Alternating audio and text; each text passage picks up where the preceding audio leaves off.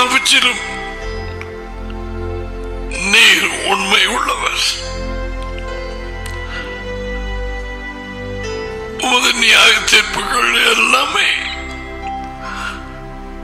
இரக்கம் நீதி தயவுள்ளதாய் இருக்கிறது.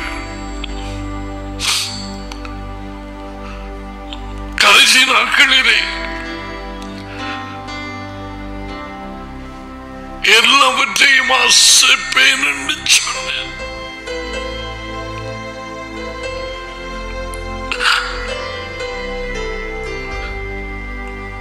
பூமியையும் வானத்தையும் சேர்ந்த ஆசைப்பேன் என்று சொன்னீர்.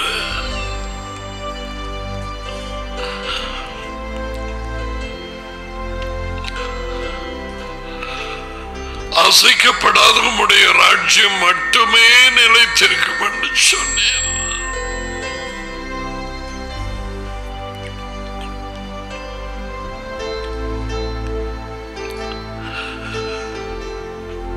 யேசுவாவுடன் மிக முக்கியமான உமது உண்மைகளை சொல்லி அனுப்பினேன். நாங்கள் கேளாமல் போனோம்.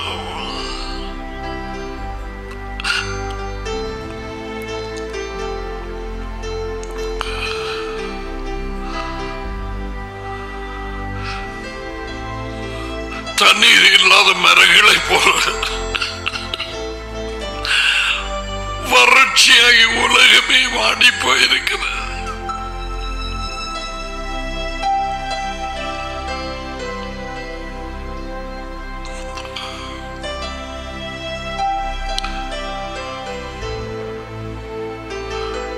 மதுவார்த்தையை விட்டு விலகி போனதை மன்னியும்.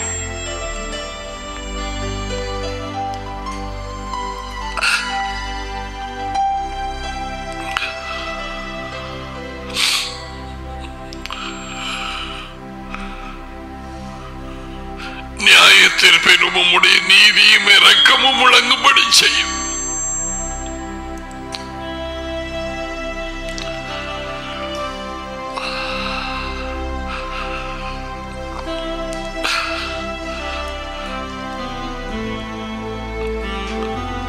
எங்களில் பலருக்கு உமது பெயரிலே ஒன்று கூடி களிகூர்ந்து உம்மை போற்றி பாடி உமது வார்த்தையிலே அந்த வெளிச்சத்தை பெற்று அதை சாப்பிட்டு அதுதான் எங்கள்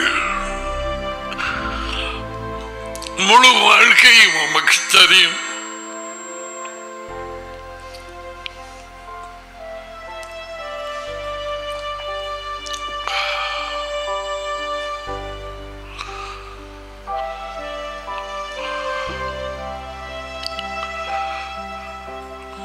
உமது வார்த்தையே எங்கள் ஆறுதல், உமது ராஜ்யமே எங்கள் நம்பிக்கை.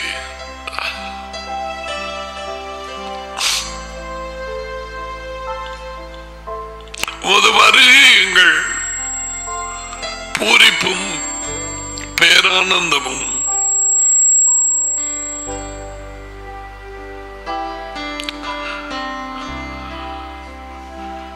Speak to us, Daddy. இன்றைக்கும் உம்முடைய உணவை எங்களுக்கு கொடுத்து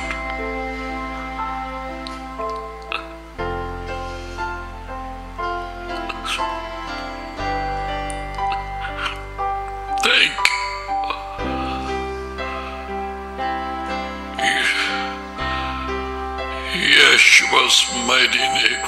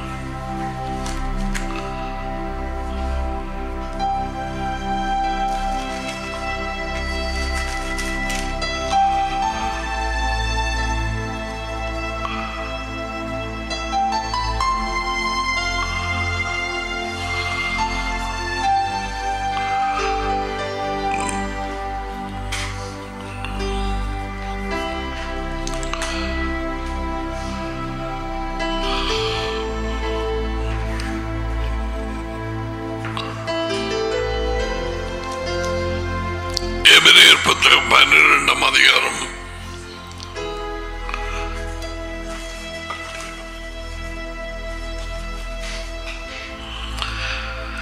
25 பேசுகிறவருக்கு நீங்கள் செவி கொடுக்க மாட்டேன் என்று விலகாதபடிக்கு எச்சரிக்கையாயிருங்கள். ஏனெனில் பூமியில் பேசினவருக்கு செவி கொடுக்க மாட்டோம் என்று விலகினவர்கள் தப்பி போகாமல் இருக்க வானமண்டலத்திலே இருந்து பேசுகிறவரை நாம் விட்டு விலகினோம், அப்படி தப்புவோம். அவருடைய குரல் அப்பொழுது பூமியை அசைய பண்ணிட்டு, இன்னமும் ஒரு தடவை நான் பூமியை மட்டுமல்ல வானத்தையும் அசைய பண்ணுவேன்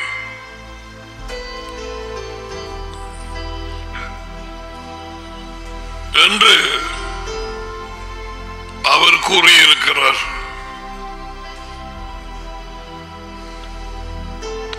இன்னமும் ஒரு தடவை என்கிற சொல்லானது அசையாதவைகள் நிலைத்திருக்கத்தக்கதாக, அசைவுள்ளவைகள் உண்டாக்கப்பட்டவைகள் போல் மாறிப்போம் என்பதை குறிக்கிறது. அதனால் அசைவில்லாத ராஜ்யத்தை பருகிறவர்களாகிய நாம் பயத்தோடும் பக்தியோடும் தேவனுக்கு பிரியமான ஆராதனை ஊழியத்தை செய்யும்படிக்கு தயவை பற்றிக் கொள்ள கடவோம்.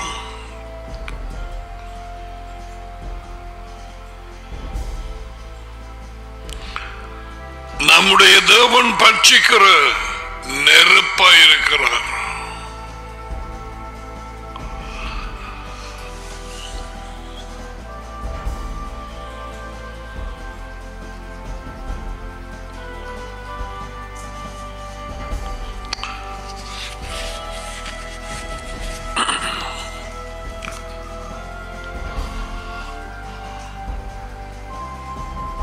பூர்வ காலங்களிலே பங்கு பங்காக பல வழிகளிலே தீர்க்கதரிசிகள் மூலமாக பேசிய அதி உயர்ந்த தேவன் இந்த கடைசி நாட்களில் மகன் மூலமாய் நமக்கு பேசியிருக்கிறார். அவருடைய மகன் இயேசு கிறிஸ்துவை யாஷுவா சர்வத்துக்கும் சுதந்திரவாளியாக நியமித்தார். அவரை கொண்டு உலகங்களையும் உண்டாக்கினார்.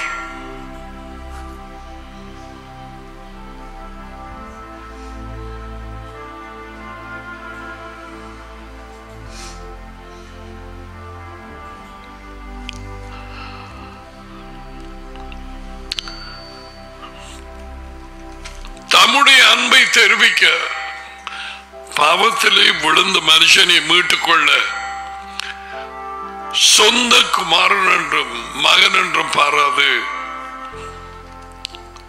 படு பயங்கரமான வேதனைக்கும் உபத்திரவத்துக்கும் எங்களுக்காக அவரை ஒப்புக் கொடுத்து அவர் கோபாக்கினை அனைத்தும் அவர் மேல் விளக்கத்தக்கதாக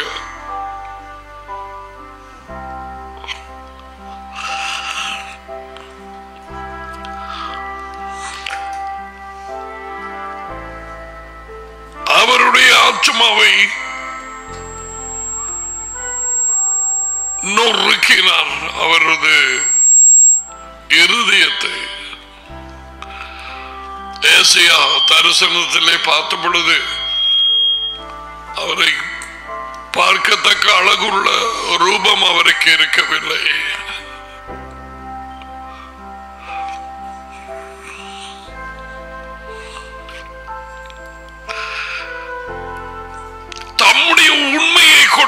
அனுப்பினார். இதற்காகவே பிறந்தேன் என்று சொன்னார். உண்மை உள்ளவன் எவனும் எனக்கு கீழ்ப்படுகிறான், எனக்கு செவி சாய்க்கிறான்.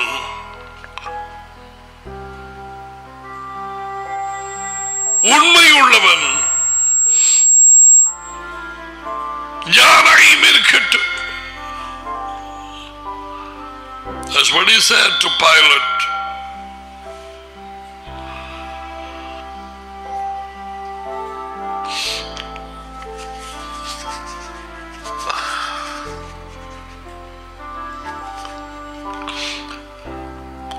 தொடக்கம் இருந்து முடியும் வரை அவரது நரி கொடுத்த வார்த்தையை கொண்டு பேசிக்கொண்டே இருந்தான். அவை யாவும் உண்மை. அதுக்கு நான் உண்மையை சொல்லுகிறேன் என்று சொல்ல வேண்டிய அவசியம் இருக்கவில்லை. There was no need for him to say that. I don't know. அதனுடைய ரகசியம் எனக்கு தெரியாது. மத்தேயு, மாற்கு, லூக்கா இவைகளை எல்லாம் நான் உங்களுக்கு உண்மையை சொல்லுகிறேன். ஒரு காரியத்தை சொன்ன நான் உங்களுக்கு உண்மையை சொல்லுகிறேன். அதனுடைய ரகசியம், அதனுடைய வெளிப்படுத்தல் எனக்கு தெரியாது. ஜான் புத்தகத்திலே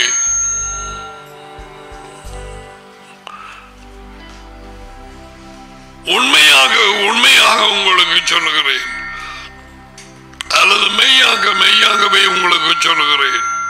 That's what he has. அவர் பேசிய விதம்.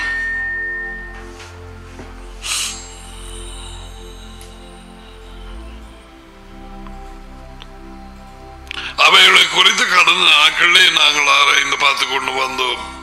எத்தனை பேர் டைம் எடுப்பார்? Why he spoke like that? ஏன்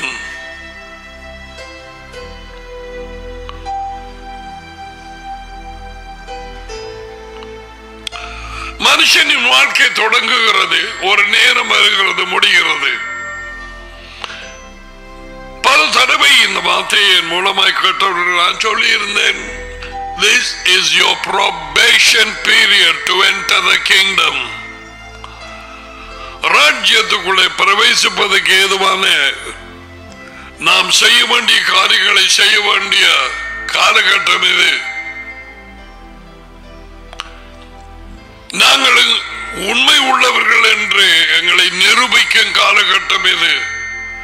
கொடுத்த தாளந்துகளை உபயோகிக்கும் காலம் இது.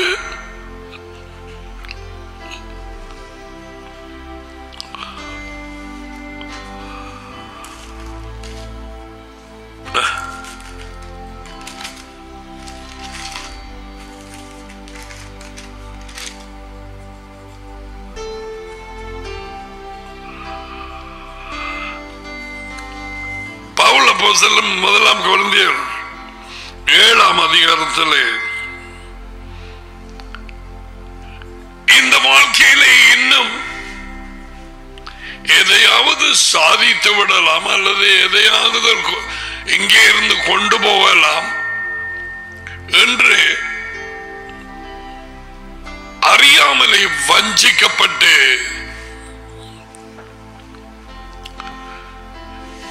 ஒரு காரியத்தினால் அல்லது பல காரியங்களினால் பிடிபட்டு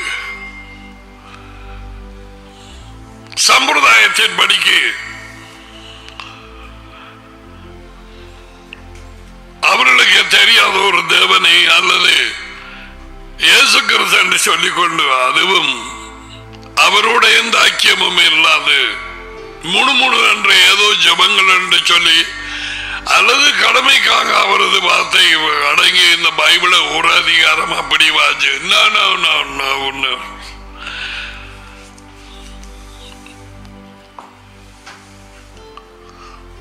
உன் வாழ்நாட்கள் சீக்கிரமாய் கடந்து முடிந்துவிடும். You can't get them back. அவனை திரும்பி பெற முடியாது.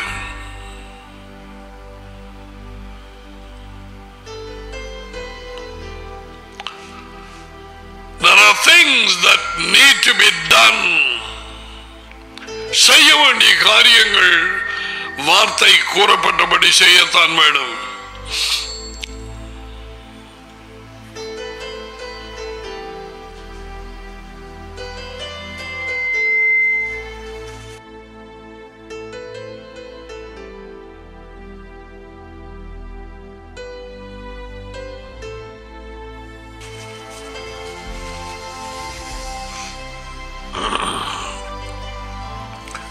யேசுவாவோடு சேர்ந்து ஜெபம் பண்ணும் அந்த பாக்கியத்தை இழந்தார்கள். அவர் போய் முகங்கோர விழுந்து ஜெபம் பண்ண நேரம் அவர்களிட சொல்லி போட்டு போனார், சோதனைக்கு உட்படாதபடிக்கு ஜெபம் பண்ணுங்க.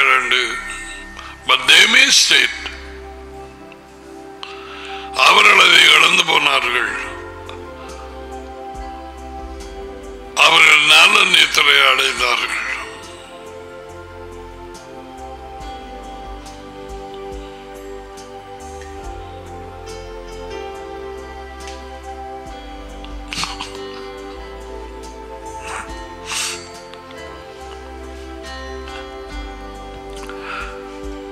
நேற்றைய தினத்திலும் நாங்கள் மனுஷனுடைய வாழ்க்கை ஒரு விதையை போல இருக்கிறது என்பதை நாங்கள் அவரது வார்த்தை கூட அவர் பேசினது யாரு அதை போல ஒரு உண்மை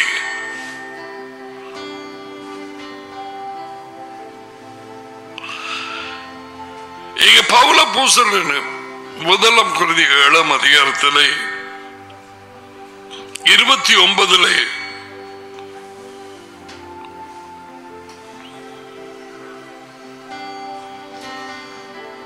28 நீ விவாகம் பண்ணினாலும் ஒரு பாவமும் இல்லை, ஒரு கன்னிப்பெண் விவாகம் பண்ணினாலும் ஒரு பாவமும் இல்லை. ஆனாலும் அப்படிப்பட்டவர்கள் இந்த உடலில் உபத்திரவப்படுவார்கள். அதற்கு நீங்கள் தப்ப வேண்டும் என்று வேண்டியிருக்கிறேன்.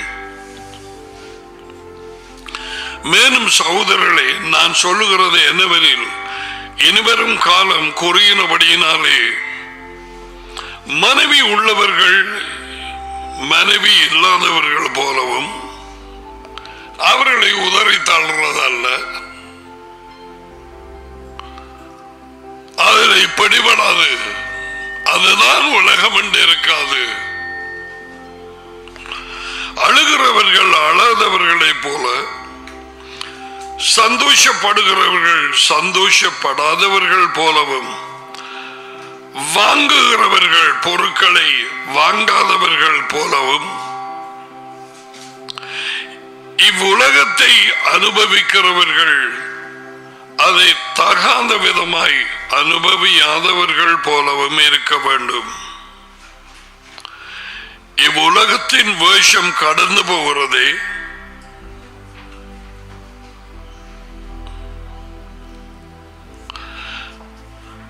நேற்றைய நாளிலே நாங்கள் ஜான் புத்தகத்திலே 12ஆம் அதிகாரத்திலே நம்முடைய இந்த உலக வாழ்க்கை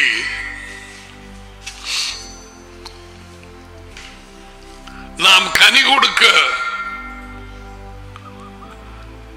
தாயின் கற்பத்திலே கருக்கூட்டப்பட்டு ஒவ்வொரு மனுஷனும் தேவ திட்டம் நிறைவேறவை கருக்கூட்டப்படுகிறான்.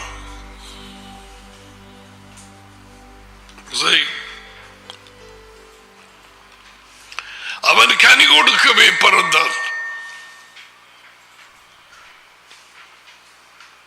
அவனுக்கு தெரிந்தோ தெரியாமலோ, அநேகமானவர்களுக்கு தெரியாது. அநேகமான I am talking of so-called தேவனை அறிந்திருக்கிறோம் என்ற யூதர்களுக்கு, அல்லது தேவன் இல்லாத கிறிஸ்து இல்லாத புறஜாதியார் அவர்களால் பெயரிடப்பட்ட கிறிஸ்தவர்கள் எனப்பட்டவர்கள்.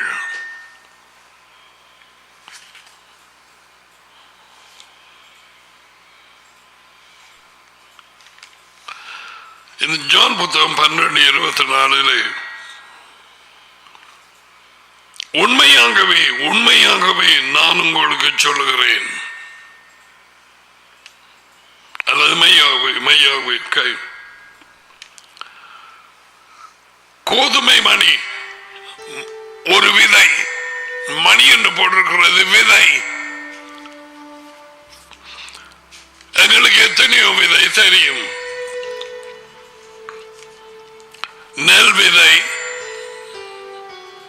பயறு விதை, பழங்களின் விதைகள், பப்பாசியின் விதை, தோடம்பழத்தின் விதை,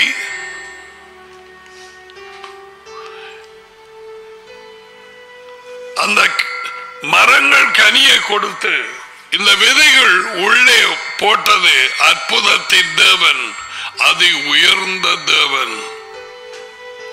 அவைகள் எல்லாமே கனி கொடுக்கும்படிக்கு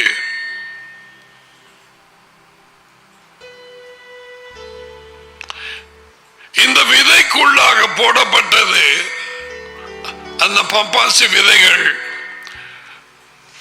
ஒவ்வொரு விதைக்குள்ளையும் அந்த அந்த ஜாதியின் மரம் முளைத்து அது வளர்ந்து அந்த டைமிலே பூ வந்து அது அந்த பூ காயாகி அது பிறகு கனியாகிறது. இதுதான் தேவனுடைய ராஜ்யத்தின் ரகசியம். The principle of God's kingdom.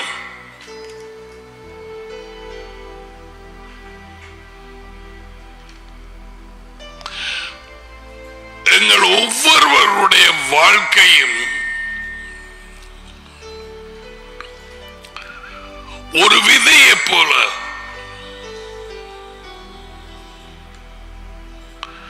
ஆனால் அந்த விதையை குறித்து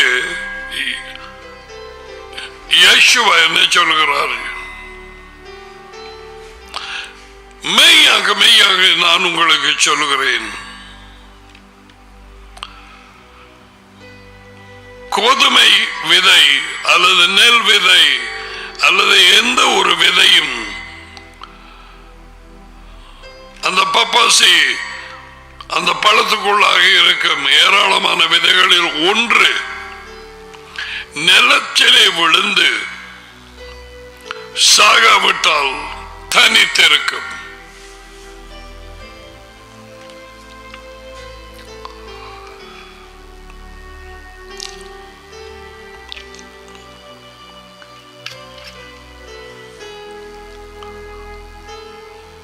செத்ததையாகில் மிகுந்த பலனை கொடுக்கும். அது வளர்ந்து அநேக கனிகளை கொடுக்கும். அந்த வாழ்க்கை ஆசீர்வாதமாயிருக்கும். அந்த விதை நிலத்திலே விழுந்த சாக வேணும். அதற்கு உள்ளே போடப்பட்ட உயிர் வெளியிலே வர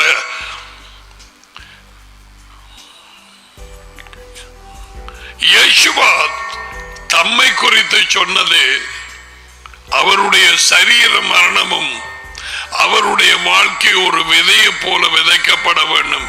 அது உயர்ந்த தேவன் வைத்திருந்த ஒரே ஒரு விதை நித்தியத்துக்குமாய் அவரோட கூட இருந்த அவரது மகன் யேசுவா மெஷாயா சொந்த குமாரன் பாராமல் அவரை மனுஷனாகும்படிக்கு கற்பத்திலே தோன்ற பண்ணி பூமியிலே அவரை வழி நடத்தி தம்முடைய வார்த்தைகளை அவர் கூட பேசினார். அவர் பேசினது எல்லாமே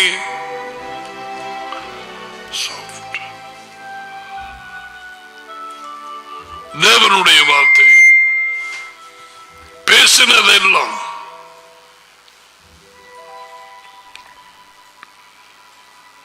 அவருடைய வார்த்தை.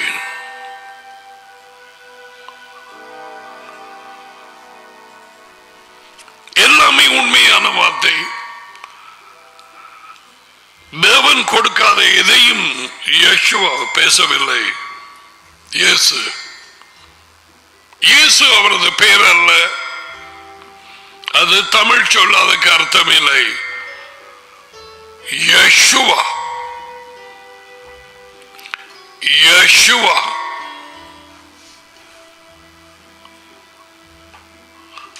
யெகோவா அவரது டேடியின் பெயர்.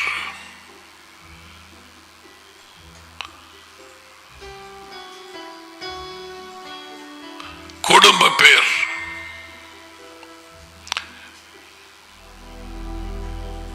வெகு சீக்கிரத்திலே டேடி வழிநடத்துகிறபடி முதலாவது அதி உயர்ந்த தேவனுடைய பெயர் அப்படியாக மறைக்கப்பட்டு ஒழிக்கப்பட்டது என்பதை எல்லாம் நாங்கள் பார்க்கலாம்.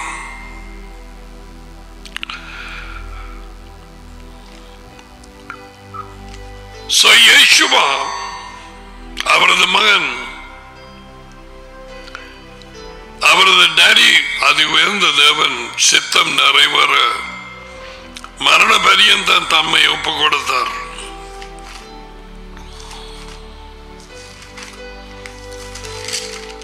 எதற்காக?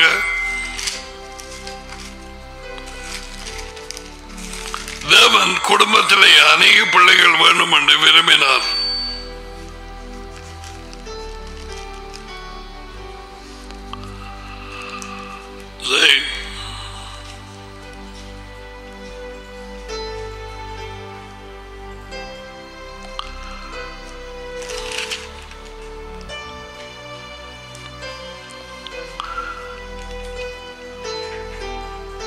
பிள்ளைகள் மாம்சத்தையும் இரத்தத்தையும் உடையவர்களாக இருக்க அவரும்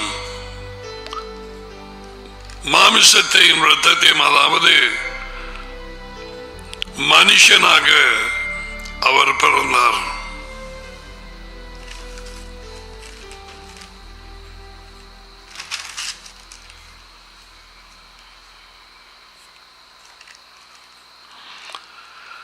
மகனாய் இருந்தும்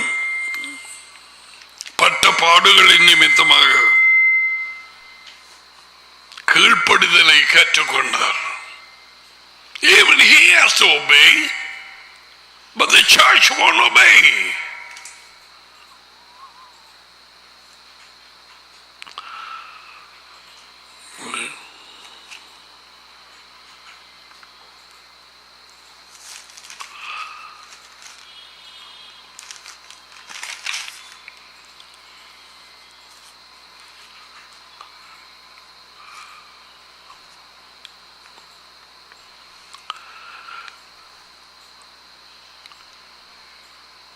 ஒரு விதை நிலத்திலே விழுந்து அது மரித்து தேவன் ஏற்கனவே அனாதி திட்டத்திலே வைத்திருந்த அவர் நோக்கம் நிறைவேறும்படிக்கு அது நிலத்திலே வேரூண்டி முளை வந்து அது வளர்ந்து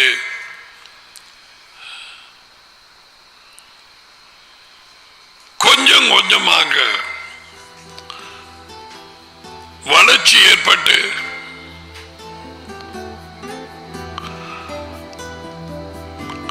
அது மரமாகி பூக்களும் காய்களும் வந்து கனி கொடுக்கும் நேரம் வருகிறது. இதுதான் தேவனுடைய திட்டம்.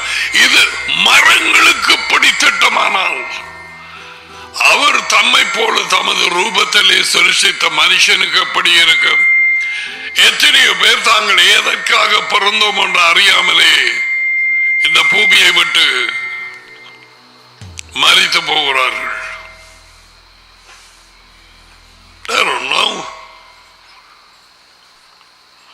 பிறந்த நோக்கம் தெரியாத மரிப்பதை போல பரிதாபமான ஒரு நிலைமை வேறு ஒன்றுமே இல்லை. உலகத்திலே எல்லாரும் மரிக்கிறார்கள், பிறந்தவர்கள் எல்லாரும் மரித்தார்கள். ஆனால் it's a tragedy to be born and die with without knowing the purpose. பிறந்த நோக்கம் தெரியாது, ஜீவித்து மறிப்பதை போல ஒரு பரிதாபம் உள்ள ஒரு இழந்து போன ஒரு வாழ்க்கை ஒன்றுமே இல்லை. எங்களை சுத்தி இருக்கிற மரங்களோ மிருகங்களோ எதுவோ எல்லாம் கனி கொடுக்கிறது.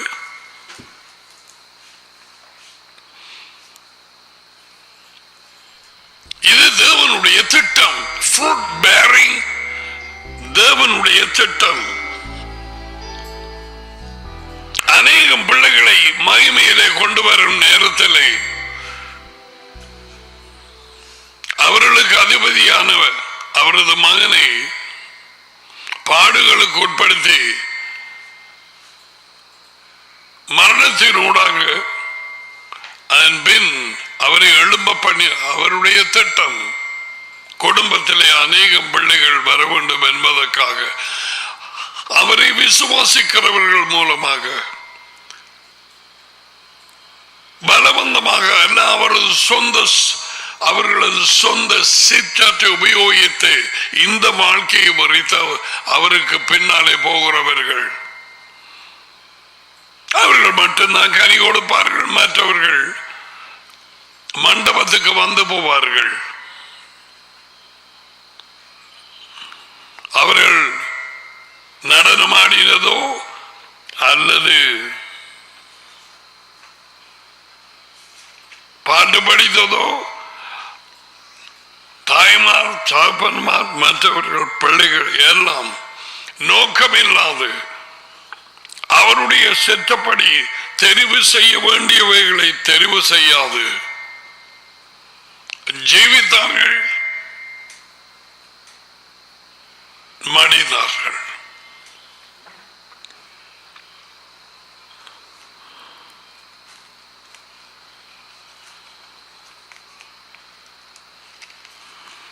வாழ்க்கையின் பரிதாபமான முடிவு மரணம் அல்ல.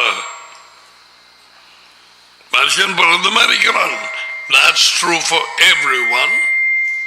Everyone. எல்லாருக்கும் அது உண்மை. ஆனால் பிறந்த நோக்கம் தெரியாம அதுதான் மிக பரிதாபமான நிலைமை.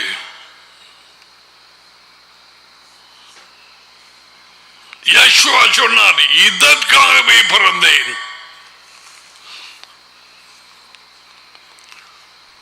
ஒருவருடைய வாழ்க்கையின் வேத புத்தகத்திலே பார்க்கும் நேரம், whether it's Abraham or Isaac, Jacob அல்லது Noah, Enoch, Moses, Jeremiah, Isaiah, David, அப்படியே சொல்லிக் கொண்டு போகலாம்.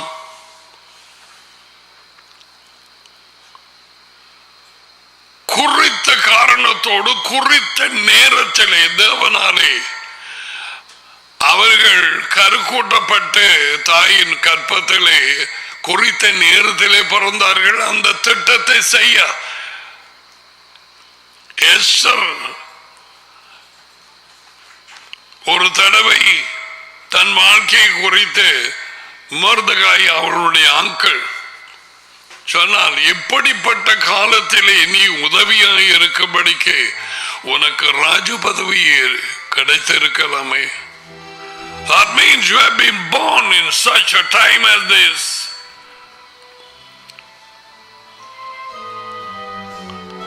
உனக்கு இது தெரியாதா? உன் பிறப்பு தற்செயலாக நடக்கவில்லை. இதுவரையிலும் உன்னை காத்து உன்னை பாதுகாத்து வழிநடத்தி இந்த வார்த்தைகளை கேட்கும்படி செய்கிறவர் நீ தற்செயலாகவா பிறந்தாய்? அப்படியாக பலர் எண்ணி தங்கள் விருப்பங்களிலே ஈடுபட்டு பேயினால் வஞ்சிக்கப்பட்டு தங்களது சொந்த சித்தம் செய்யும்படிக்கு அவருடைய வழியை விட்டு விலகி போனார்கள், போய்கொண்டிருக்கிறார்கள்.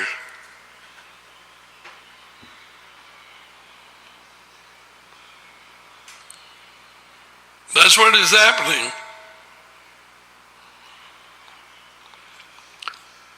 இந்த வாழ்க்கையை வெறுக்காதவர்கள், இந்த தற்காலிக வாழ்க்கையிலே அதி உயர்ந்த தேவனின் திட்டம் நிறைவேறும்படிக்கு யெகோவாவின் மூலம் எபேசியர் 2:10 அந்த வாழ்க்கையை பிடித்துக் கொள்ள முடியாது. யெகோவா மெசியாவுக்குள்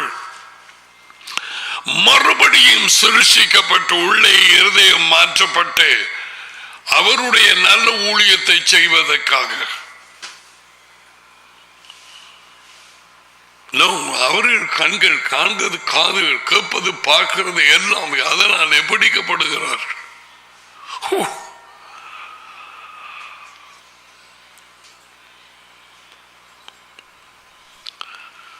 அதுவும் மிக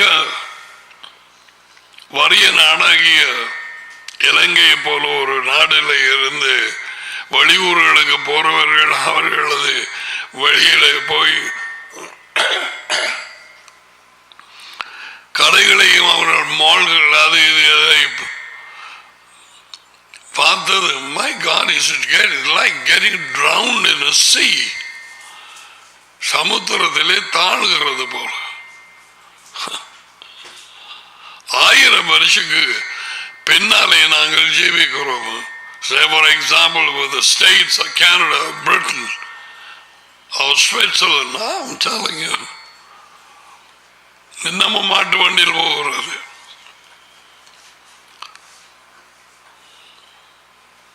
சாதனை பிடிபடுகிறார்கள்.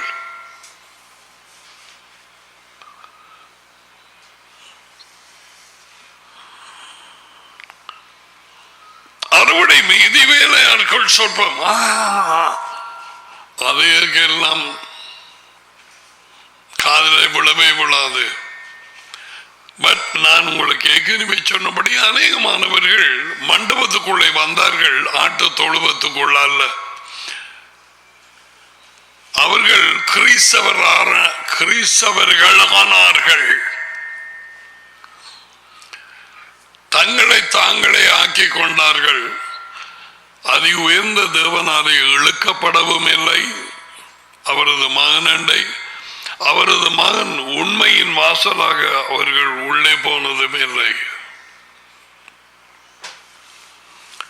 அவர்களை வஞ்சிக்கிற ஆவியாக இன்று வரை பல தேசங்களிலே கிறிஸ்தவ சபை எனப்பட்ட கூட்டங்களிலே இந்த வஞ்சிக்கிற ஆவி அவர்களை வஞ்சித்து தாங்கள் எல்லாம் சரி, தாங்கள் உண்மையான நல்ல ஒரு கிறிஸ்தவன் செத்ததும் பரலோகத்துக்கு போகிறார்கள் என்று நம்ப பண்ணினது அந்த நடிக்கும் அந்த கிறிஸ்துவின் ஆவி.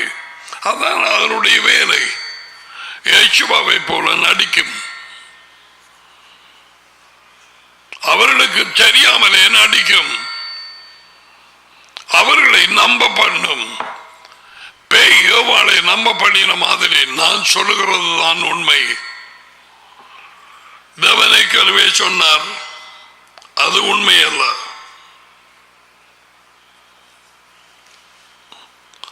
ஆதாமின் மூலமாக சொன்னது உண்மை அல்ல. So they listen to the snakes. So பலர் தங்களது வாழ்க்கையை அந்த விதையை போல நிலத்திலே விழுந்து வடிவாய் இருந்த அந்த விதை உள்ளே சேறுகள் பட்டு அழுக்கான மண்கள் பட்டு அந்த மேல் உருவம் எல்லாம் கலண்டு உள்ளுக்கு இருந்து தேவனுடைய அற்புத வாழ்க்கை அந்த வேர் கீழே போறது. அவரது வார்த்தை என்கிற நிலம்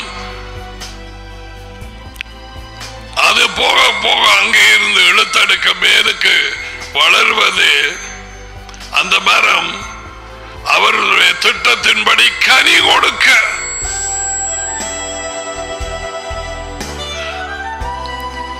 அந்த விதை வளர அந்த நிலம் தேவை. நிலம்தான் அவரோடு இருக்கும் ஐக்கிய உறவாக அவரது வார்த்தை கீழ்ப்படிந்து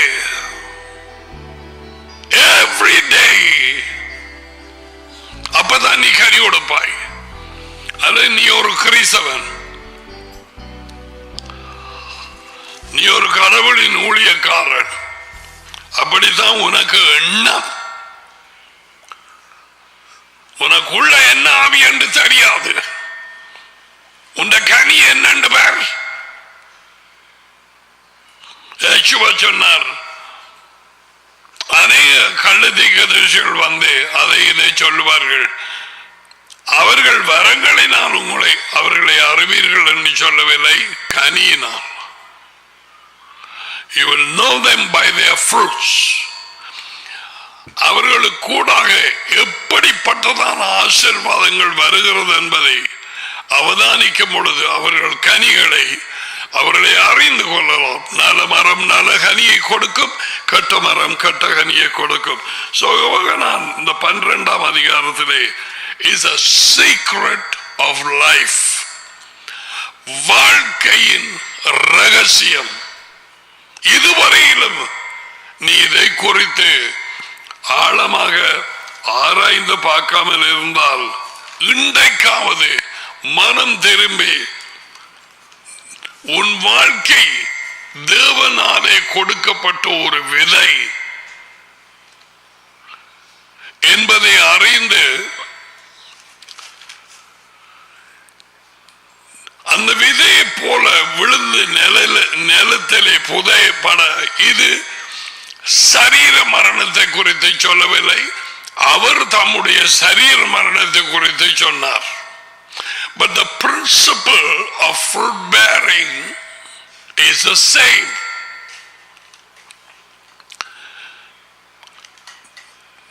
தேவனுடைய திட்டம் நிறைவேற கனிகளை கொடுக்கிறதுக்கு இந்த வாழ்க்கையிலே, இந்த தற்காலிக வாழ்க்கையிலே கேள், நீ எந்த மதத்தை சேர்ந்தவனாயும் இருக்கலாம்.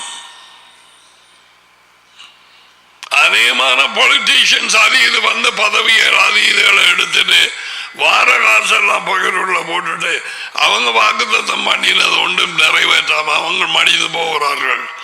நியாய தீர்ப்பு நாளிலே அவர்களுக்கு என்ன நடக்கும் என்று அவர்களுக்கு தெரியாது. மனுஷன் ஒரே தரம் மறிப்பதும் அதன் பின் நியாய தீர்ப்பு அடைவதும் அவனுக்கு நிச்சயிக்கப்பட்டிருக்கிறது. It's appointed for man to die once and then the judgment. The judgment. மரித்த உடனே மோட்சம் அல்ல. மோட்சத்துக்கு யாரும் மறுமடிக்கு அவர் எழுதி வைக்கவும் இல்லை, சொல்லவும் இல்லை. உண்டு ராஜ்யத்துக்குள் அல்லது ராஜ்யத்துக்கு வெளியே.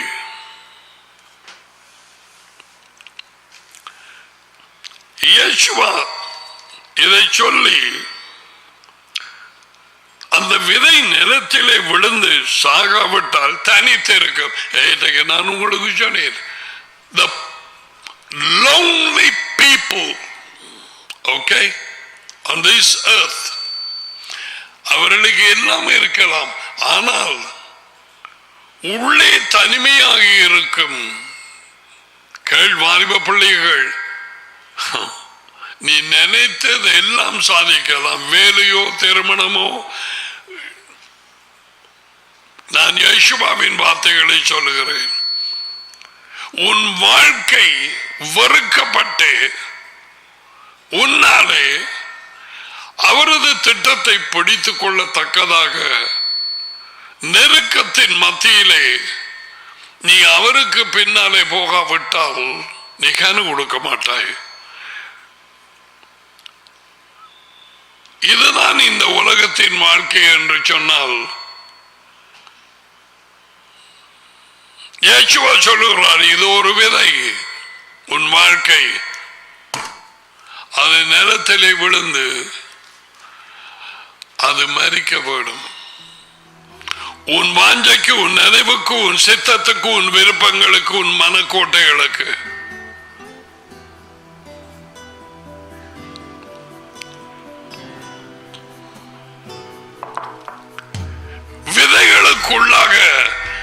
தேவனுடைய திட்டத்தை வைத்து அந்த உயிரை வைத்து அந்த மரத்தின் என்னென்ன எனக்கு வார்த்தைகள் இல்லை சொல்ல. யாராவது பார்த்து இது சாதாரணம் என்று சொல்லலாமா? No, it's a miracle. It's a miracle.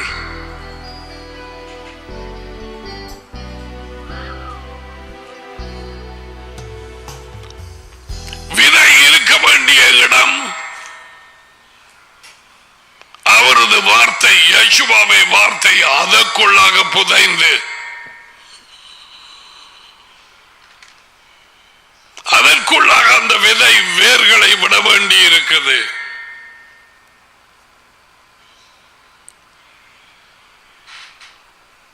அது வளர வேண்டிய இடம் அதுதான் அவரது வார்த்தை என்கிற நிலம்.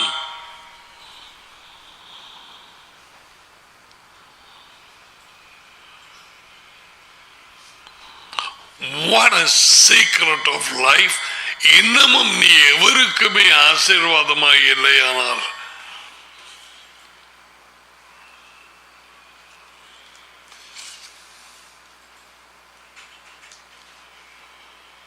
உன் வீட்டை கூட்டி துப்புரவாக்க, உன் முத்தத்தை கிளீன் பண்ண, உன் தாய்க்கு சமைச்சு கொடுக்க, அதெல்லாம் நல்லந்தான். அதற்காக உன்னை கருக்கூட்ட வைத்து பூமியிலே பறக்கப்பட்டாரா?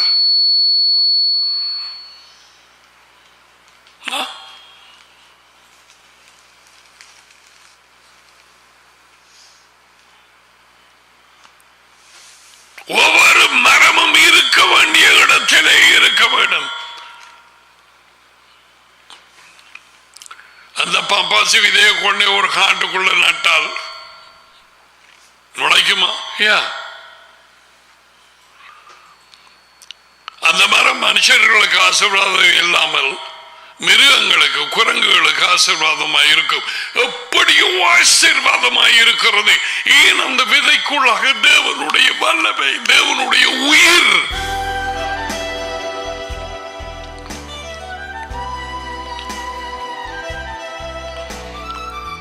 ஒரு தாயின் கற்பத்திலே ஒரு பிள்ளை,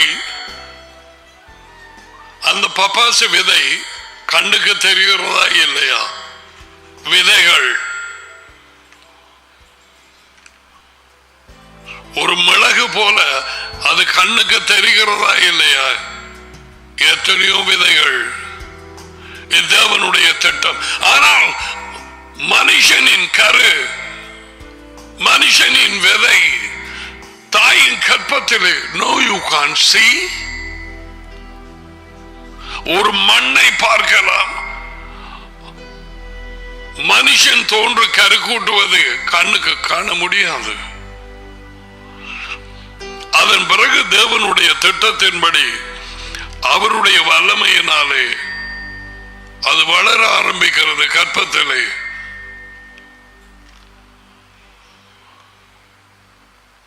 அற்புதமாக இல்லையா?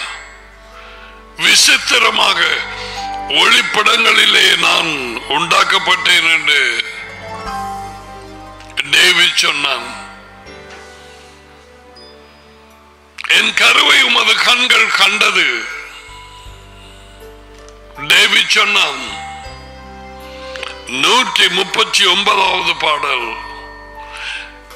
என்ன சொல்லிக் கொண்டிருக்கிறேன் கேள். உன் கரு கூட்டினது, நீ பிறந்தது, நீ படித்த இடங்கள், இப்பொழுது இந்த வார்த்தையை கேட்கிறது, எதுவுமே தற்செயலாக நடக்கவில்லை. Nothing is accident.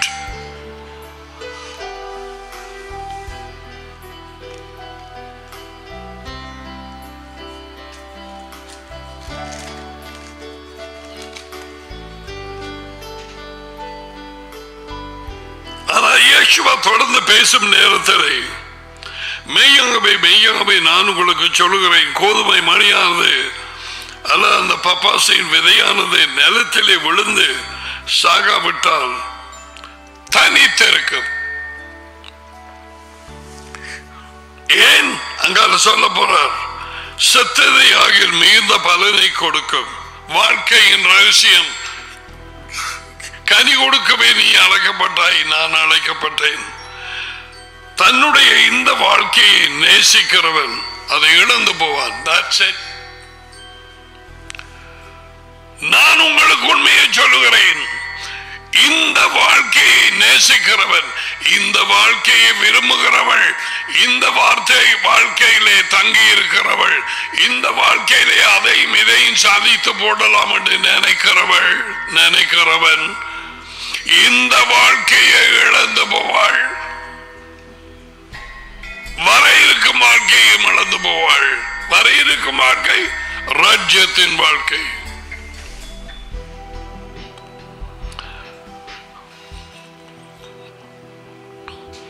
இந்த உலகத்திலே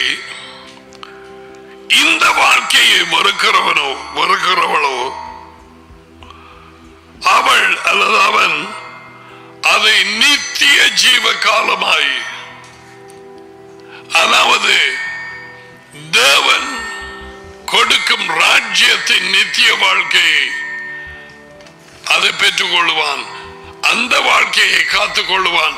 இன்னும் ஒரு வகையிலே சொன்னால், இந்த வாழ்க்கையை நேசிக்கிறவன் அதை இழந்து போவான் என்றால் ராஜ்யத்தின் வாழ்க்கையை இழந்து போவான்.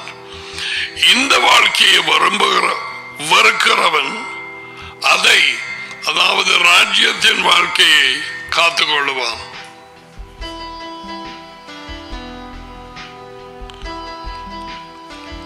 இதை கேட்டாலும் பலர் இதை இணங்க மாட்டார்கள்.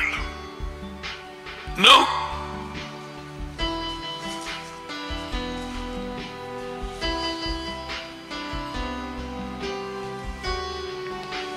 Fruit-bearing life begins with death.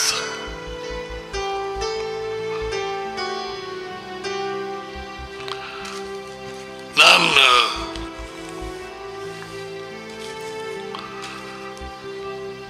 Daddy என்னை வெளிச்சத்துக்குள்ளாக அழைத்த நாட்களிலே என்னை வழிநடத்திய அந்த ஆங்கிலிகன் போதகரும் அவர் மனைவியும் ஒரு பாடலை அடிக்கடி படிப்பாவ. இப்ப ஞாபகத்துக்கு வந்தது, பிறர் வாழ வேண்டுமெனில் நான் சாக வேண்டும்.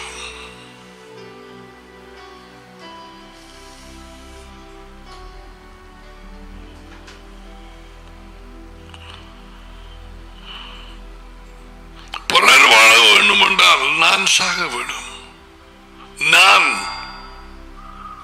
நான் என்கிறானவன் must die.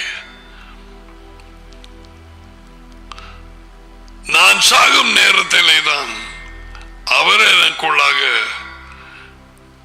அவரது வாழ்க்கையை ஜீவிக்கலாம் என்று பவுல் சொன்னான். கலாச்சி 2:20 மெசியாவுடனே நான் மரித்து போனேன்.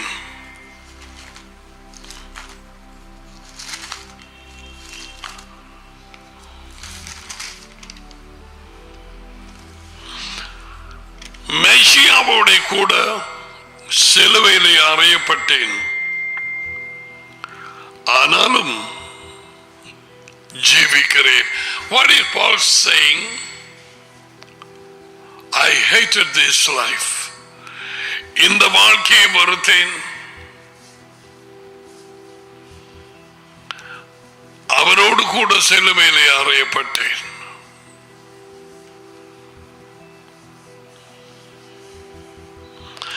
ஆயினும் ஜீவிக்கிறேன், நான் அல்ல, மெசியாவே எனக்குள் ஜீவிக்கிறார். கிறிஸ்து உங்களுக்குள் மெசியாவே, அவர் உயிர்ப்பிக்கும் ஆவியாயிருக்கிறார். அவர் உள்ளே வரலாம்.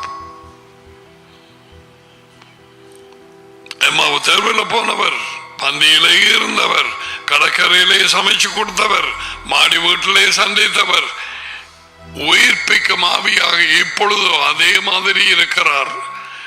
காணப்படலாம், மறையலாம், வெளியிலே நின்று பேசலாம், அந்த அப்பத்தை பித்து கொடுக்கலாம், மறைந்து போகலாம், உள்ளே வரலாம். எங்கள் ஒவ்வொருவருக்குள்ளும் same son of the living Elohim, அவரும் மகனும் ஒரேயாவே.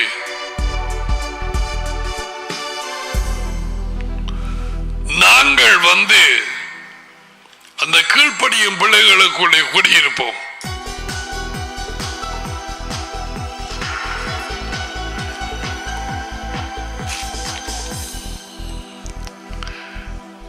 உன் யோசனைகளிலே கிருதாவிலே தெரிந்தால் நீ கனி கொடுக்க மாட்டாய். உன் யோசனைகளுக்கு மதிக்க வேணும். உன் வாஞ்சைகளுக்கு நீ சாக வேணும். உன் மனக்கோட்டைகளை எல்லாமே நீ கீழே போட வேணும்.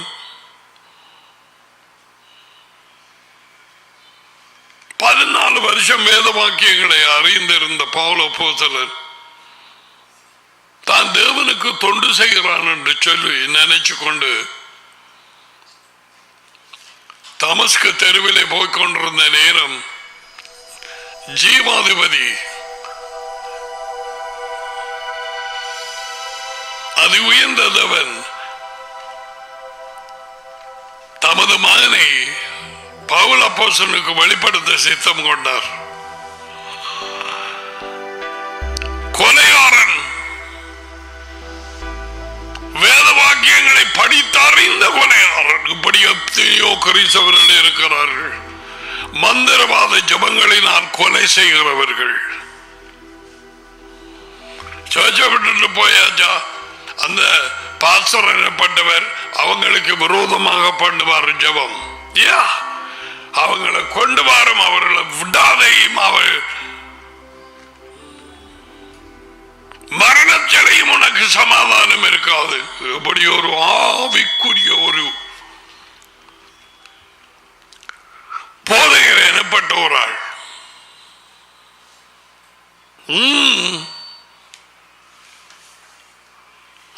சாபம் போடுவார்கள், தங்களது சித்தம் நிறைவார்கள். இவர்கள் தேவனாலே அழைக்கப்படவில்லை. நோ, அவர்களுக்கும் வாசலுக்கும் வெகு தூரம், அவர்களுக்கும் ஆட்டு தொழுவத்துக்கும் வெகு தூரம், அவர்களுக்கு உண்மை வழி ஜீவன் தோழா வார்த்தை போதனை எல்லாமே வெகு தூரம்.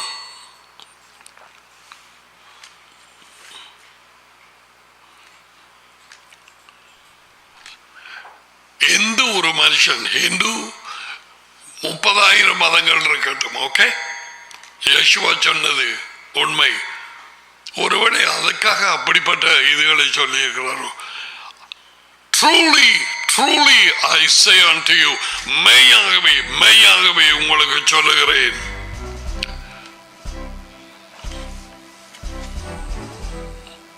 ஒரு விதை நிலத்திலே விழுந்து சாகாவிட்டால் அது தனித்திருக்கும்.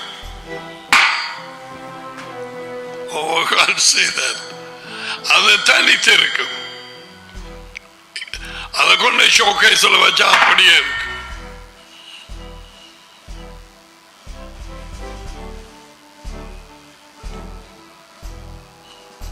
உன் வாழ்க்கை என் வாழ்க்கை.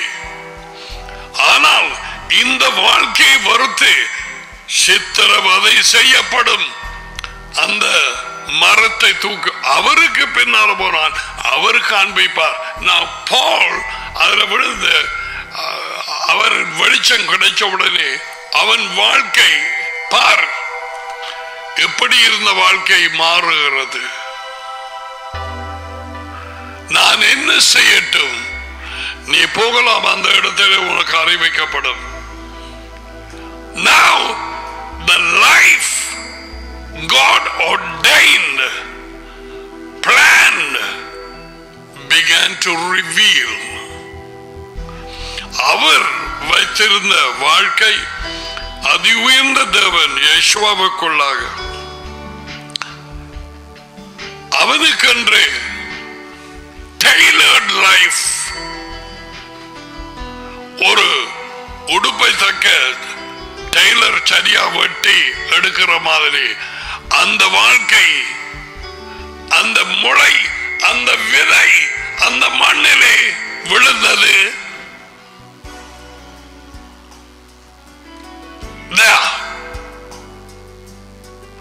இதுதான் அவன் விழுந்த நேரம் நடந்தது.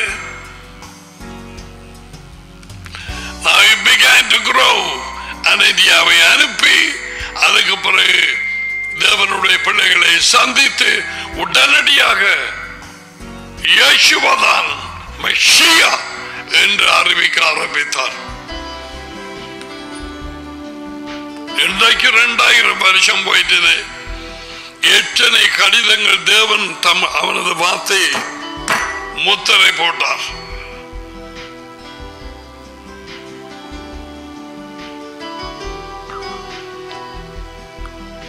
இயேசுவை சந்தித்திருக்காவிட்டால்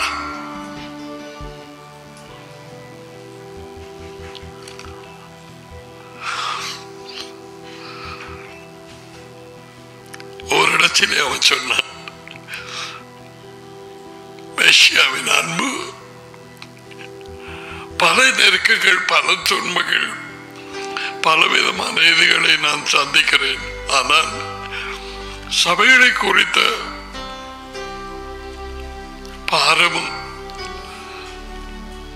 இயேசுவினுடைய அன்பும் என்னை நெற்றிக்கு ஏவுகிறது. அவரது அன்பு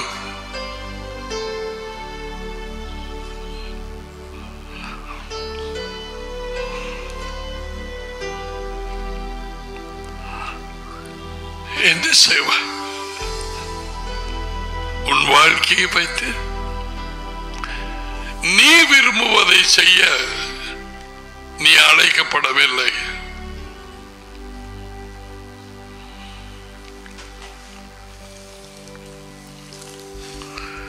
ஒவ்வொருவருக்கும் இயேசுவை மெஷியாவுக்குள்ளாக அவருடைய திட்டமிட்ட வாழ்க்கை மறைந்திருக்கிறது.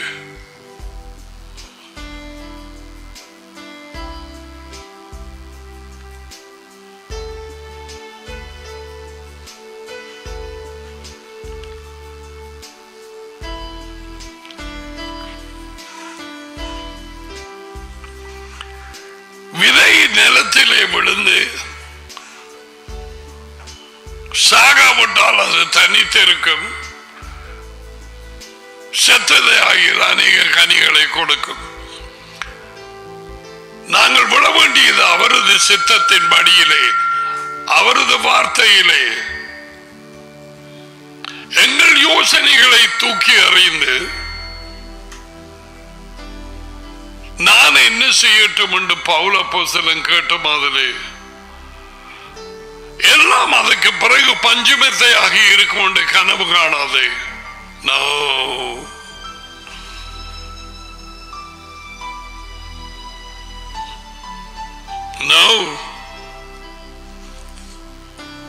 தமது வழியிலே இழுத்துக் கொண்ட யோசேப்பை நினைவு கூர்ந்து கொள்.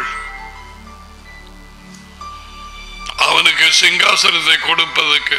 What about David? ஆடுகள் மேய்த்து கொண்டிருந்த ஒரு சிறு பிள்ளையாக இருந்தான்.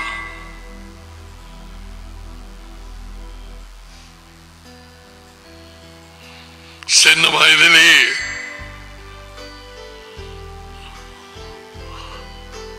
தன்னுடைய தகப்பனின் ஆடுகளை பாதுகாக்க அந்த பொறுப்பு அவனிடத்திலே கொடுக்கப்பட்டிருந்தது.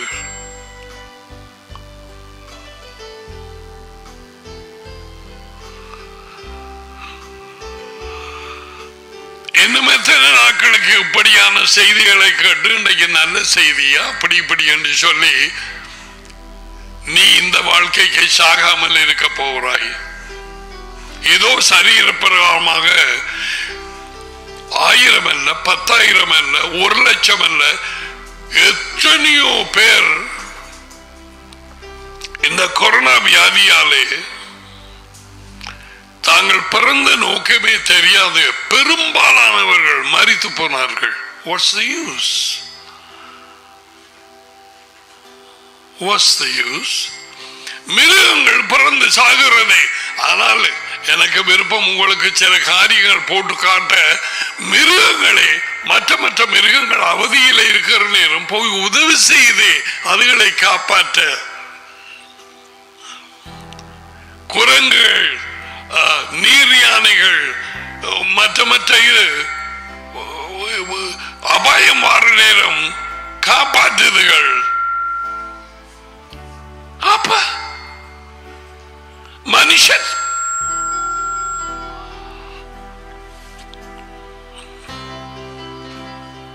ஒரு ஆளுக்கு பிரச்சனை என்ற தேவ குடும்பத்திலேயே அவங்க கவலை இல்லாம தெரிகிறார்கள். ஒரு வருத்தம் தொல்லை என்றால் அல்லது ஏதோ ஒரு பிரச்சனையை அதை ஓடி போய் பாருங்க சகோதரம் அப்படின்னு சொல்லி.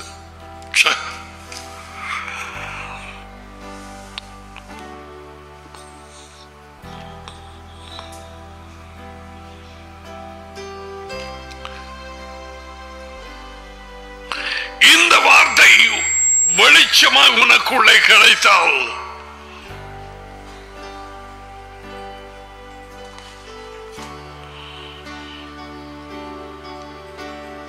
நீ இந்த வாழ்க்கையை நீ பிடிக்க மாட்டாய். நீ இந்த வாழ்க்கையை பிடித்துக் கொள்வதை எதனால் தெரியுமா? உன் சிந்தனைகளினாலே, உன் கண்கள் காண்கிறதுனாலே. அதுவே இந்த தேவன் சொன்னார், இந்த உலகத்திலே உண்டானதெல்லாம் கண்ணின் இச்சை, மாமிசத்தின் இச்சை, ஜீவனத்தின் பெருமை டேடியினால் உண்டானதல்ல,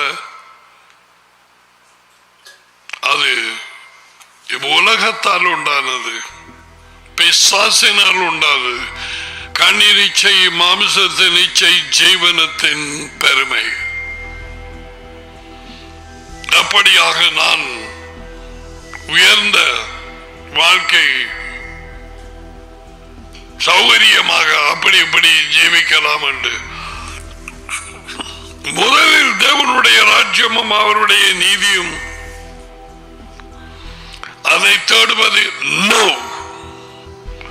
ஏதோ ஒரு சூரிய நாள்ல ஒரு சர்ச் அண்ட் ஒரு மண்டபத்துக்குள்ள போனா சரி, கனி கொடுக்க வேணுமே. இந்த வாழ்க்கை என்னுடையதல்ல. இந்த வாழ்க்கையை நான் இழக்கலாம். எனக்காக ஜீவித்தால் இந்த வாழ்க்கையை இழப்பது மட்டுமல்ல, வர இருக்கும் ராஜ்யத்தின் வாழ்க்கையும் இழந்து போகலாம். இது ஒன்றுமே இருதயத்துக்கு தொடுவதில்லை.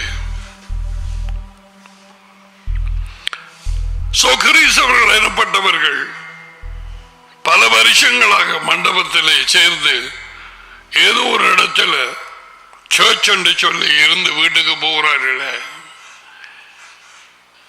Do they ask why I'm here? நான் என்ன கற்றுக்கொள்கிறேன், நான் ஏன் வந்தேன், நான் எதற்கு பின்னாலே நான் போகிறேன், என்னோட நோக்கம் என்ன, உண்மை எனக்கு கிடைக்கிறதா, என்ன சொல்லுகிறார் தேவன் வார்த்தையிலே, எதற்கு நான் கீழ்ப்படிய வேணும். மோட்சத்துக்கு போனா சரி, இல்லாத ஒரு இடம்.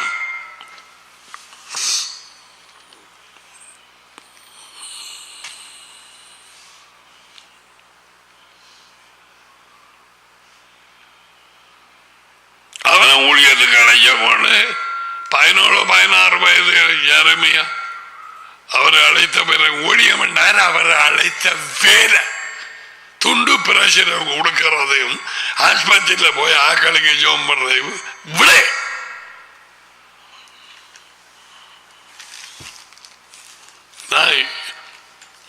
இலங்கையை பொறுத்தவரையில் ஊழியம் அதை வீடு வீடாக போய் துரத்தப்படுறது. நோ வாண்டா அவங்க சொல்றேன், நீ மத மாத்த வாராயண்டு.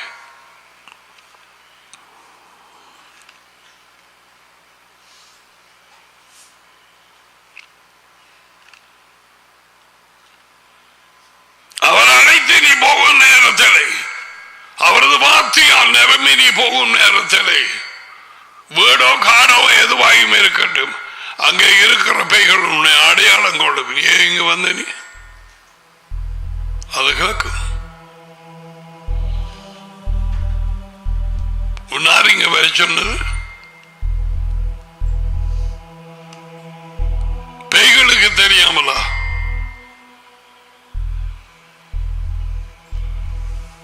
போன இடமெல்லாம் இயேசுவை அடையாளம் கண்டு கொண்டது.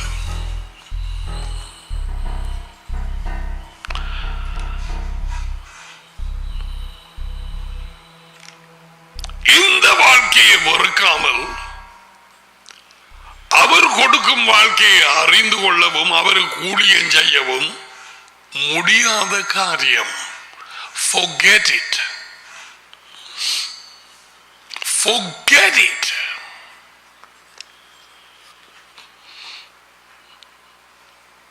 மறந்துவிடு. அந்த வாழ்க்கையிலே குறிப்பாய் ஒரு பகுதியிலே பிடிபட்ட அந்த மனுஷனை குறித்து எழுதப்பட்டிருக்கிறது 19ஆம் அதிகாரம் மத்தேயுல.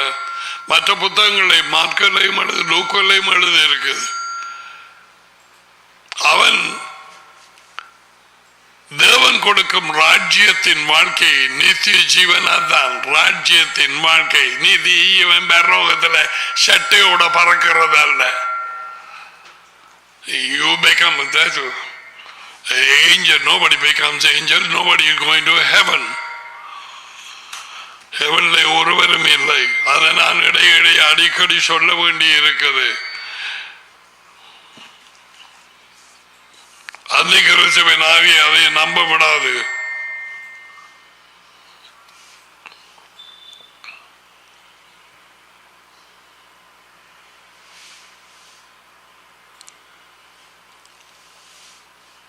அவனுக்கு உள்ளார சில பிடிகள் இருந்தது இந்த வாழ்க்கையிலே. அவர் சொன்னார், கட்டளைகளை வைத்துக் கொள்ளண்டு. கட்டளைகள் தோரா, இயேசுவாவை தோரா, இயேசுவாவை கட்டளைகள், அவரே போதனை, அவரே உபதேசம், அவரே வழி, அவரே வாழ்க்கை, அவரே வார்த்தை.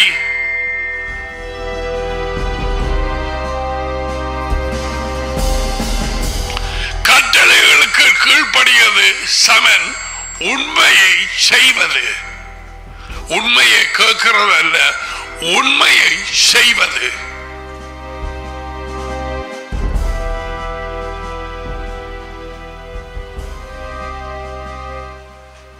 Doing the truth, not hearing the truth, doing the truth.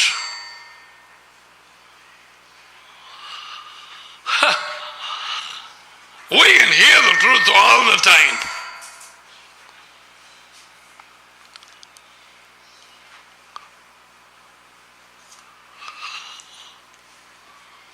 பிதாவினுடைய சித்தத்தை, அவரது கட்டளைகளை, அவரது போதனையை செய்கிறவர்களே ராஜ்யத்துக்குள்ளே பிரவேசிப்பார்கள் ஒழிய மற்றபடியா அல்ல.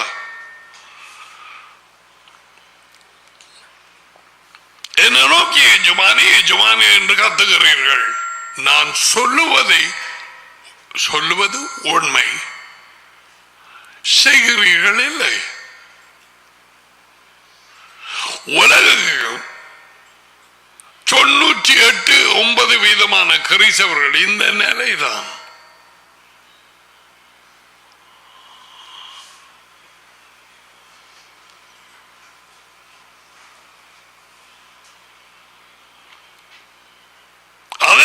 அந்த நேரத்திலையும் யேசுவ சொன்னார், அறுவடை மீதியா இருக்குது, வேலையாட்கள் சொற்பமே.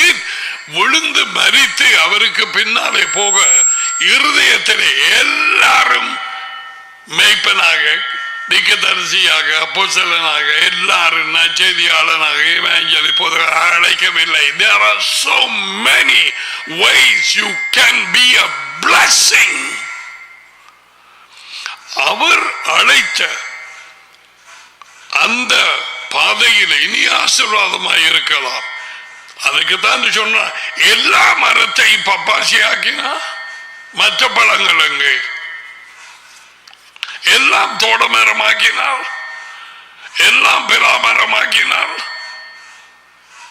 முழு மரங்களையும். அப்ப தோட மரங்களை விட்ட வேறு ஒரு பலமே இல்லை. ஊழியங்கள் பல,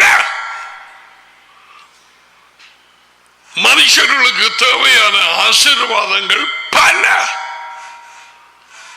உன்னை எதற்காக உருவாக்கினார் என்பதை அறிய நீ சாக வேணும். இந்த வாழ்க்கைக்கு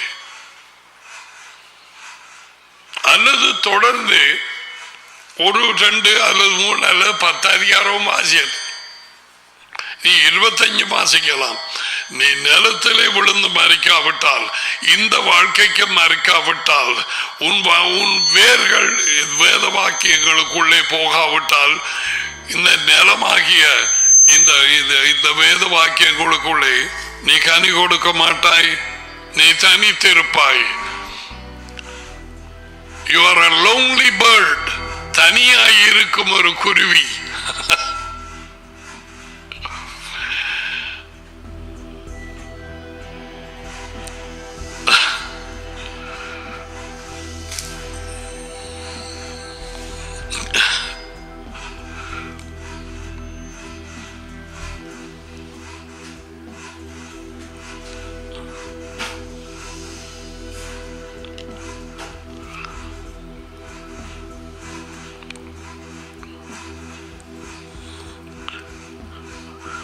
சொல்லி முடித்ததுக்கு பிறகு யெகோவா 26வது வார்த்தையில பாருங்க, யார் கனி கொடுப்பான் சொன்னதுக்கு பிறகு சொல்றார், இந்த வாழ்க்கைக்கு சாகாத ஒற்றுவனுமே ஒருத்தியுமே நீ டங்ஸ் பேசலாம், நீ 50 அதிகாரம் வாசிக்கலாம், நீ ஒவ்வொரு சூரிய நாளையும் போகலாம். இந்த வாழ்க்கைக்கு சாகாவிட்டால் உன் திட்டங்கள், உன் விருப்பங்கள் செத்து நீ அவருக்கு பின்னாலே நாள்தோறும் போகாவிட்டால் நீ கனி கொடுக்க மாட்டாய். நீ தனித்திருப்பாய், தனியாக தெரிவாய். உனக்கு சபை கூடுதலுக்கு வந்தாலும் உனக்கு ஃப்ரெண்ட்ஸ் அண்ட் இல்லை. உன்னை போல தனியா இருக்கிறா 1-2 பேரோட தெரிவாய்.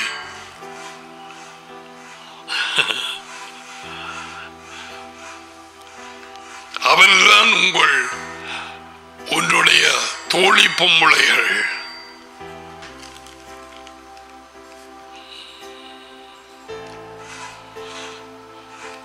ஒருவன் எனக்கு ஊழியம் செய்கிறவனானால் மெய்யாகவே மெய்யாக வேண்டி தொடங்கி நடக்குது.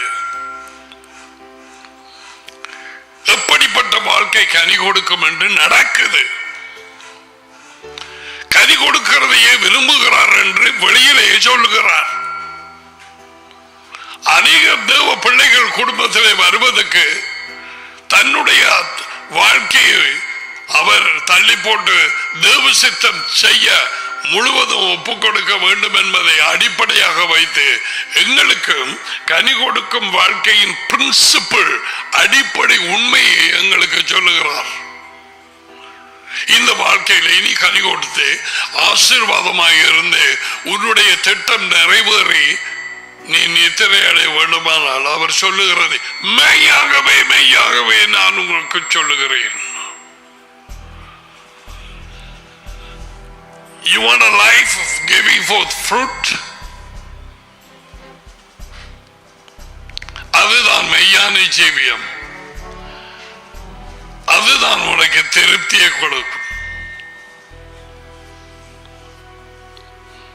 எஸ்தர் தன்னுடைய வாழ்க்கையை கீழே போட வேண்டியதா இருந்து செத்தால் சாகிறேன், எவரும் அந்த 1 மாதத்துக்கு ராஜாவுக்கு முன்னால போக கூடாது என்று சொல்லி கட்டளை பிறந்திருக்கிறது.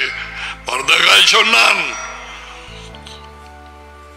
நீ மௌனமாக இருந்தால் தேவன் வேறு ஒரு வழியிலே யூதர்களுக்கு விடுதலையை கொடுப்பார், நீயும் உன் குடும்பமும் தப்பாது. அதுவும் அல்லாமல் இப்படிப்பட்ட காலத்திலே நீ உதவியாய் இருக்கும்படிக்கு உனக்கு ராஜ பதவி கிடைத்திருக்கலாமே.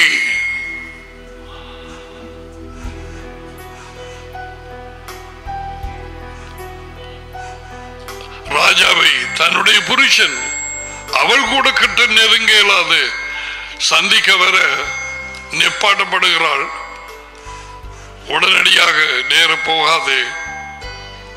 அவன் தூரத்திலே அமர்ந்திருக்கிறான். அவள் மெதுவாக எட்டி பார்க்கிறாள். So did you hear that? So she says, I like the verse 4 அதிகாரம், I think 15, 16. என் வாழ்க்கைக்கு ஆபத்து வருமென்றே எனக்கு தெரியும். நீங்க உபவாசம் பண்ணி ஜெபம் பண்ணுங்க, நானும் ஜெபம் பண்ணுகிறேன்.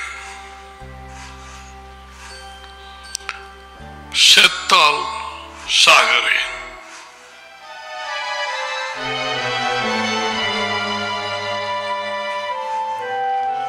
நித்தியத்துக்குமாக அழிந்து போக போகிற ஜனங்கள் நற்செய்திக்காக காத்திருக்கிறார்கள், விடுதலைக்காக காத்திருக்கிறார்கள். பிசாசனாலே சுத்தப்பட்டவர்கள், பின்னப்பட்டவர்கள். இப்பொழுதும் எத்தனை பேருக்குள்ளாக இந்த பிசாசுகள், பாம்புகள் இருந்து எந்த நேரத்திலே மனைவியை கொல்லலாம், இந்த நேரத்திலே புருஷனை கொல்லலாம். அவர்கள் உறங்கும் நேரத்திலேயா அல்லது மனைவி வெளியே போற நேரத்திலேயா நாம் பிள்ளைகளை கொல்லலாம் என்று சொல்லி அவர்களுக்குள்ளாக இருக்கும் இந்த சரீரம் இல்லாத ஆட்களாகிய இந்த பேய்கள், இந்த பாம்புகள் பிளான் பண்ணி கொண்டே இருக்குது. உலகெங்கும்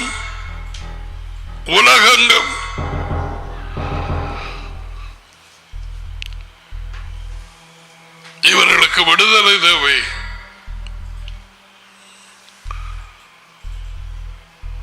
இதுக்கு தேவனுடைய வல்லமையும் அதிகாரமும் இல்லாமல் யாரும் ஒன்றுமே செய்ய முடியாது. ஒரு மலைப்பாம்பு ஒரு ஆடோ என்னமோ அது முற்றிலுமாக விழுங்குகிறது.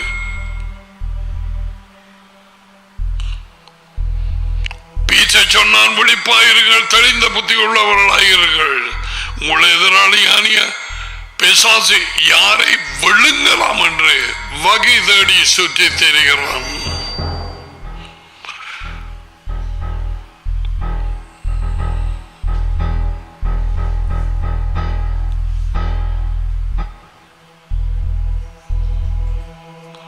ஒருவன் எனக்கு ஊழியம் செய்கிறவன் ஆனால் எனக்கு பின்னாலே வரட்டும். அங்கதான் இருக்குது பிரச்சனை. அவருக்கு பின்னால போகாவிட்டால் அவரது நிபந்தனையின்படி நீ பைபிள் காலேஜில் அமெரிக்கா, கனடா எல்லாத்திலையும் போய் சர்டிபிகேட் வச்சிருக்கலாம். நீ படிச்ச முட்டாள். ஒருவன் எனக்கு ஊழியம் செய்கிறவனாய் இருந்தால் எனக்கு பின்னாலே வரட்டும். அது கஷ்டம் பிரதர். மத்தேயு 16:24, லூக்கா 9:23, மார்க் 8:34 இங்கே இருக்குது. லூக்கா 14:27. அதுக்கு இந்த வாழ்க்கையை மறக்க வேணும்.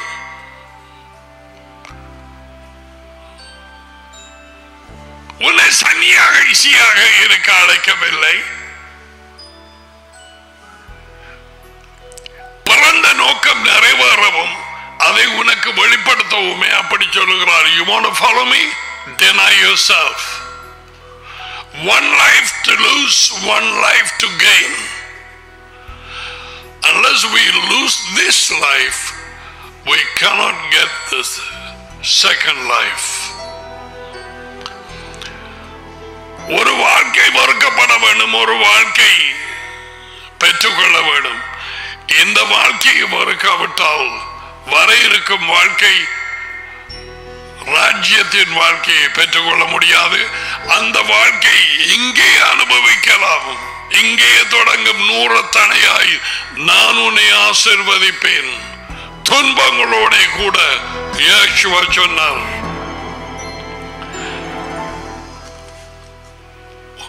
அவர் சொல்லி, ஒருவன் எனக்கு ஊழியம் செய்கிறவனான என்னை பின் செல்லட்டும், நான் எங்கே இருக்கிறேனோ. அவர் எங்கே இருக்க போகிறார்? எருசலேமிலே. நீ ஆனந்தமாய் பாடு, நான் வந்து உன் நடுவிலே குடியிருப்பேன். சகரியா 2:10.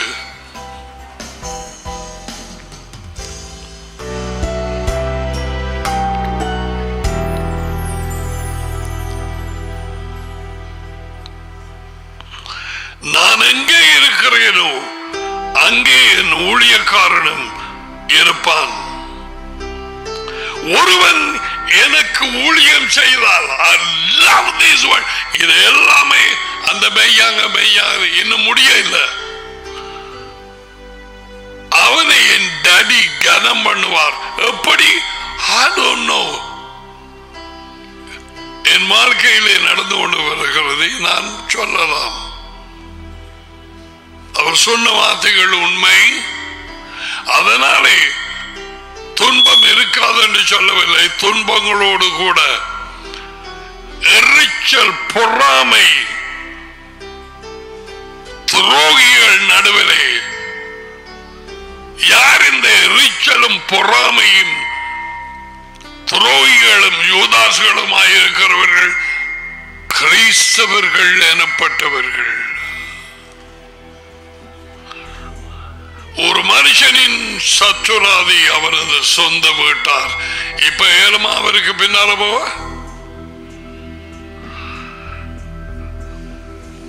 ஒரு அந்நியனாய் இருந்தால் பொறுத்திருப்பேன், டேவிட் சொன்னான். அது பரவாயில்லை.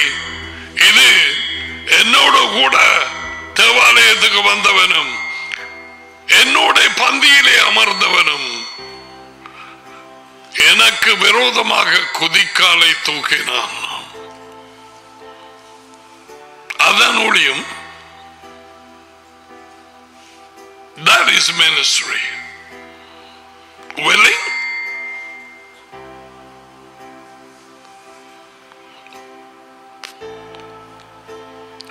Golden words, கனி கொடுக்கும் ஜீவியத்தை குறைத்தும், எதை இழக்க வேண்டும், எதை பெற்றுக் கொள்ள வேண்டும் என்பதை குறித்தும், அவருக்கு ஊழியம் செய்ய விரும்பினால் இதற்கூடாக அவருக்கு பின்னாலே போக வேண்டும் என்பதை குறித்தும், அப்படியாய் ஊழியம் செய்கிறவன், நான் எங்கே இருக்கிறேனோ அங்கே என் ஊழியக்காரனும் இருப்பான்.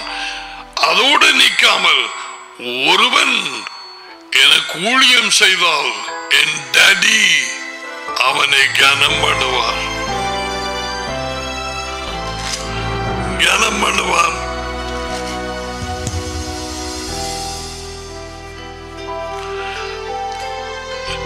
கடைசியிலே டாடியோடு யேசுவா பேசும் நேரத்திலே யோவான் 17:24, டாடி, உலகம் தோன்றுவதற்கு முன்னே நீர் என்னில் அன்பாய் இருந்தபடியால் நீர் எனக்கு தந்த என்னுடைய மகிமை நீர் எனக்கு தந்தவர்கள் காணும்படியாக நான் எங்கே இருக்கிறேனோ, அந்த வந்துள்ளது, நான் எங்கே இருக்கிறேனோ அங்க வாசித்த என் ஊழியக்காரனும் என்னோட இருப்பான். இப்ப ஜெபம் பண்றபடி, நான் எங்கே இருக்கிறேனோ அங்கே அவர்களும் அவரது சீஷர்களும் என்னுடனே கூட இருக்க விரும்புகிறேன். யேசுவாவுக்கு விருப்பங்கள் இருந்தது, வெறுப்புகள் இருந்தது. அந்த கடைசி பந்தியை உங்களோட நான் சாப்பிட வாஞ்சையா இருந்தேன்.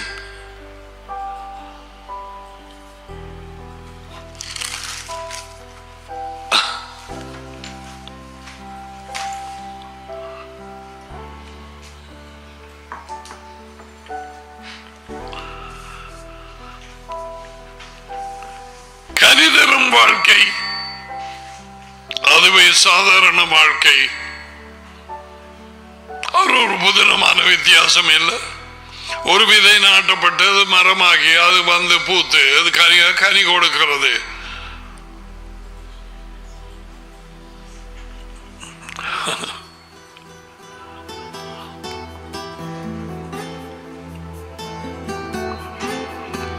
Everything bring forth fruit. It's a miracle. இதை பார்த்து அற்புதம் என்று கண்டறிய உன் கண்கள் உள்ளே திறக்கப்பட்டு இருக்க வேண்டும். உலகம் இந்த அற்புதத்தை தூக்கி பிடிக்காது. No. Oh my God. தேவனே, உம்முடைய கரம் அப்படி என்று அவர்களால் எண்ண முடியாது. குருட்டு கண்கள். அவர்கள் மறுபடியும் பிறக்கவில்லை. ஆகியால் ராஜ்யத்தின் கரத்தை காண முடியாது.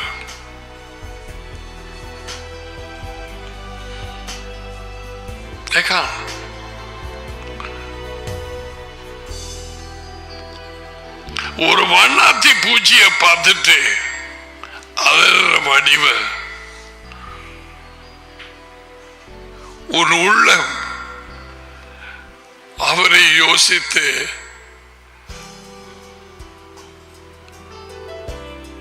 உன் கண்கள் திறக்கப்பட்டு இருந்தார். இவைகள் இப்படியாக உருவாக்கினது இந்த மரம் கொண்டு வர அவருக்கா இல்லை எங்களுக்கு? ஒவ்வொன்றும் ஆசீர்வாதமாயிருக்க சிந்தித்து பார்ப்பாயா? மெய்யாகவே நான் உங்களுக்கு சொல்லுகிறேன், அதை சிந்தித்து பார்ப்பாயா? உன் வாழ்க்கை ஒரு விதை. Unless you lose it, நீ அதை இழக்காவிட்டால் நீ கனி கொடுக்க முடியாது.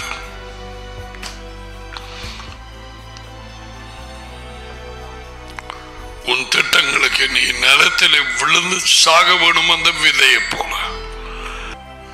அவருடைய வழி நடத்துதலில் இருந்து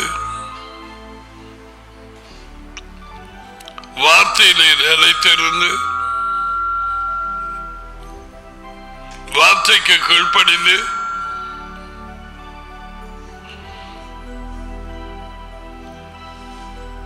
கனி கொடுக்கும் வாழ்க்கை பற்றிக் கொள்ளும்படி அவர் சொன்ன மெய்யாகவே அந்த விதைக்கு விழுந்து மரித்தவருடைய தனித்து இருக்கும். So you want friends and you want people, you want families. இந்த பூமியிலே ராஜ்யத்திலே வேலை செய்ய ஒன்றாக சந்தோஷமாக you are to die. சாய்வன் இங்கே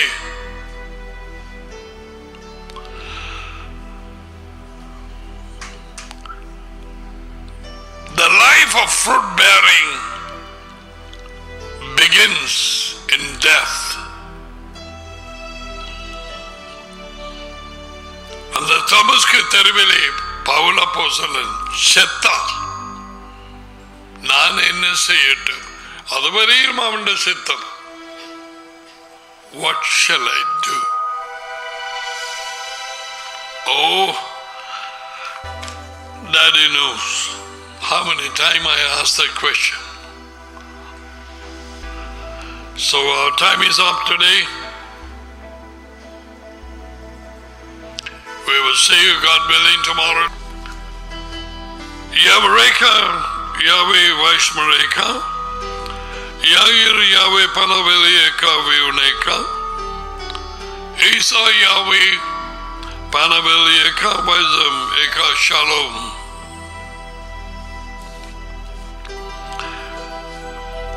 யாவே உங்களை ஆசீர்வதித்து உங்களை காப்பாராக.